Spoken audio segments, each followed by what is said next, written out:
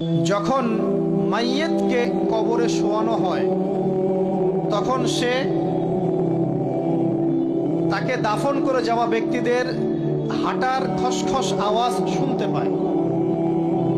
এরপরে তাকে যখন শুইয়ে দেওয়া হয়, সে যদি মুমিন ব্যক্তি হয় তাহলে তার মাথার দিকে তার সলাত এসে দাঁড়িয়ে যায়। দুনিয়াতে আপনি যে নামাজগুলো পড়েছেন, আমি যে নামাজগুলো পড়ছি, এগুলো মাথার দিকে দাঁড়িয়ে যায়। ডান দিকে চলে আসে তার সওম মানে কি? রোজা। বাম দিকে চলে আসে যাকাত। তারপরে পায়ের দিকে চলে আসবে তার আত্মীয়তার সম্পর্ক রক্ষার ইবাদত, তার এই যে অন্যান্য দান সদকা, তার নফল আমল, তার তাসবিহ তাহলিল, তার কোরআন তেলাওয়াত ইত্যাদি পায়ের দিকে চলে আসবে।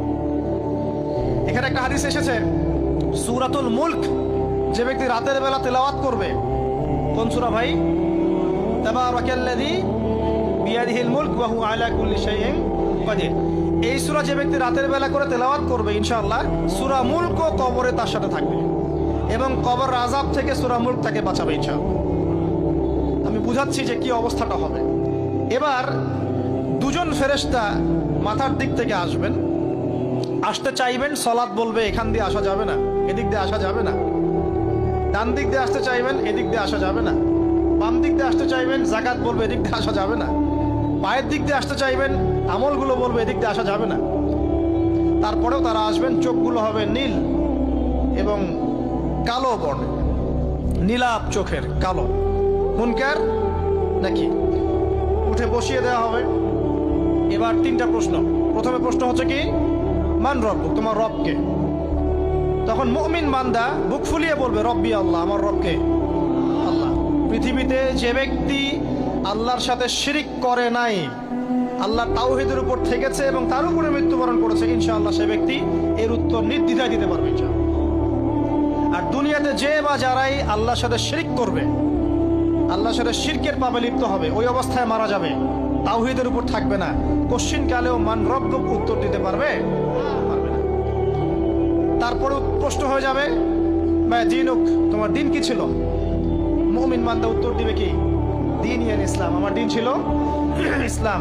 এখানে শুনে রাখেন, পৃথিবীতে যারা ইসলামকে পরিপূর্ণরূপে পালন করবে তারাই এই উত্তর দিতে পারবে ইনশাআল্লাহ। যারা ইসলামকে ঠাট্টা বিদ্রুপের হাসি তামাশার পাত্র বানিয়েছে, মন চাইলে কিছু করি, মন চাইলে কিছু করি না, সহজগুলো একটু আমল করি, বাকি কিছুর আমল ধারি না, হ্যাঁ, নামাজ পড়ি, সুদ ছাড়তে পারি না, ঠিক আছে, বছর বছর ওমরা করি, এদিকে ঘুষ দুর্নীতি ছাড়তে পারি না, ইসলামকে ঠাট্টা তামাশার পাত্র বানিয়েছে, এরা কোশ্চিন কালে উত্তর দিতে পারবে না মা দীনুক, দিনে পরিপূর্ণ ফি সিলমি কাফা, পরিপূর্ণরূপে ইসলামে প্রবেশ করতে বলেছেন আল্লাহ রাব্বুল আলামিন। যারা পরিপূর্ণরূপে ইসলামে প্রবেশ করবে এবং ইসলামের প্রতিটা মৌলিক বিধান মেনে চলবে, ইনশাআল্লাহ তারা এর উত্তর দিতে পারবে। এরপরে আসবে তৃতীয় প্রশ্ন। নবী সাল্লাল্লাহু আলাইহি ওয়াসাল্লামকে দেখানো হবে। যখন দেখানো হবে তখন সূর্য যখন ডুবে যায়, যে দৃশ্যটা আমরা দেখতে পারি না, ওই দৃশ্যটা ভেসে উঠবে এবং মুমিন বান্দা অস্থির হয়ে যাবে, বলবে আমাকে ছেড়ে দাও, আমি নামাজ পড়বো। সুবহানাল্লাহ।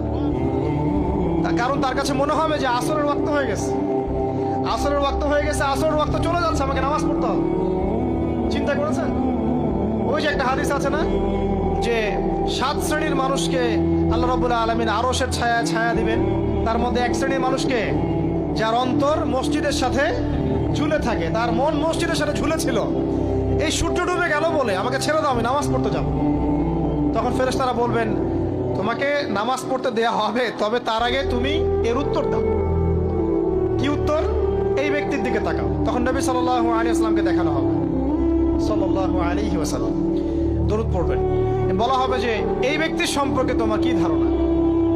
মান হাযা রাজুলু বুইসা ফীকুম, এই ব্যক্তি কে, যাকে তোমাদের কাছে পাঠানো হয়েছিল?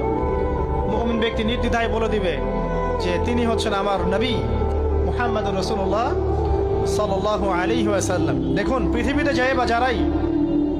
যে বা যারাই নবী সাল্লাল্লাহু আলাইহি ওয়াসাল্লামের সুন্নতের উপর আমল করবে, ইনশাআল্লাহ সে তার উত্তর দিতে পারবে।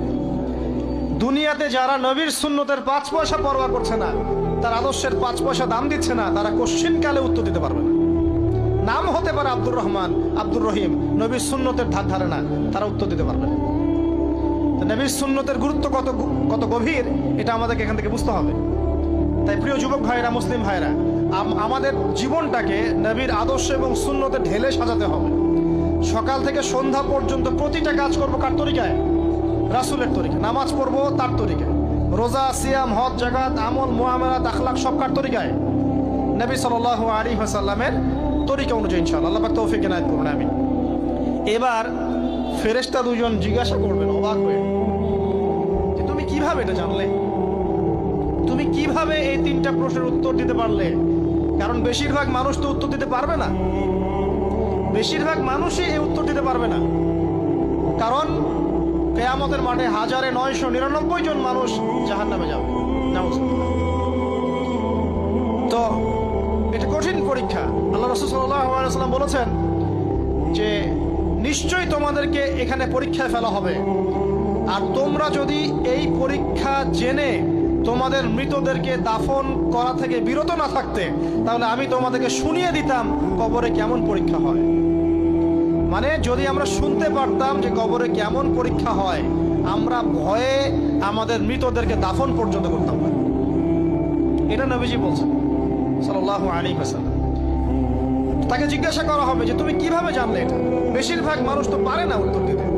তখন সেই ব্যক্তি বলে বসবে, সেই ব্যক্তি বলবে যে করাতু কিতাব আল্লাহ, আমি আল্লাহর কিতাব এই কোরআন পড়েছি। মুমিন বলবে আমি আল্লাহর কোরআন পড়েছি, ফাআমানতু বিহি, আমি এর উপর ঈমান এনেছিলাম, ওয়া সাদ্দাকতু, এবং সত্যায়ন করেছিলাম। অতএব দুনিয়াতে যারা দিনের জ্ঞান অর্জন করছে না, কোরআন পড়ছে না, হাদিস পড়ছে না, পড়াশোনার চেষ্টা করছে না, জানার চেষ্টা করছে না, কবরে পার পাওয়া ডিফিকাল্ট আছে। এটা একটা অন্যতম প্রশ্ন। আমরা কিন্তু মনে করি তিনটা প্রশ্ন হচ্ছে, আসলে প্রশ্ন হচ্ছে কয়টা? 4টা। তিনটার পরে আরো একটা এক্সট্রা। কিভাবে জানলে? তখন উত্তর দিচ্ছে আমি আল্লাহর কিতাব পড়েছি, ঈমান এনেছি, সত্য